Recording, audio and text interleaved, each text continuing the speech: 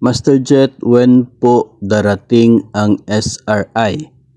Ito po yung Service Recognition Incentive na natatanggap ng mga kawani ng gobyerno sa bisa po ng isa pong administrative order na inilalabas ng Pangulo. Mula po noong panahon ni dating Pangulong Duterte hanggang noong last year kang Pangulong Marcos po sa 2024 ay palagi po na mayroong administrative order para sa pagbibigay ng SRI para sa isang particular na taon. So sa taong 2025 sa ngayon po, as of now, ay wala pang inilabas ang Malacanang or ang Pangulo na isa pong administrative order related for the release na ito nga pong Service Recognition Incentive. Noong last year po ay December na nung lumabas ang order na yon na nagsasabing mayroong SRI in the amount of maximum of 20,000.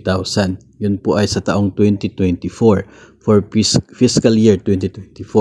Hindi po yun pwedeng gamitin as basis ngayon pong taong 2025. Kasi nga yung sa order po na yon ay very specific po para sa taong 2024 lamang. So ngayon, let's just wait kung kailan lalabas ang order na yan coming from the President kasi medyo malabo na hindi po magkakaroon muli kasi nasimulan na po but we'll just hope po maghihintay po tayo at we'll just pray na darating po itong SRI, magkakaroon po tayo ng SRI.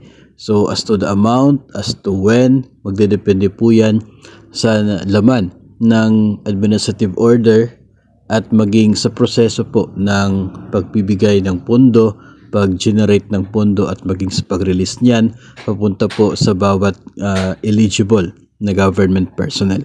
So sa ngayon, hindi pa po natin matutukoy kung magkakaroon ba ng SRI at kung kailan po yan matatanggap.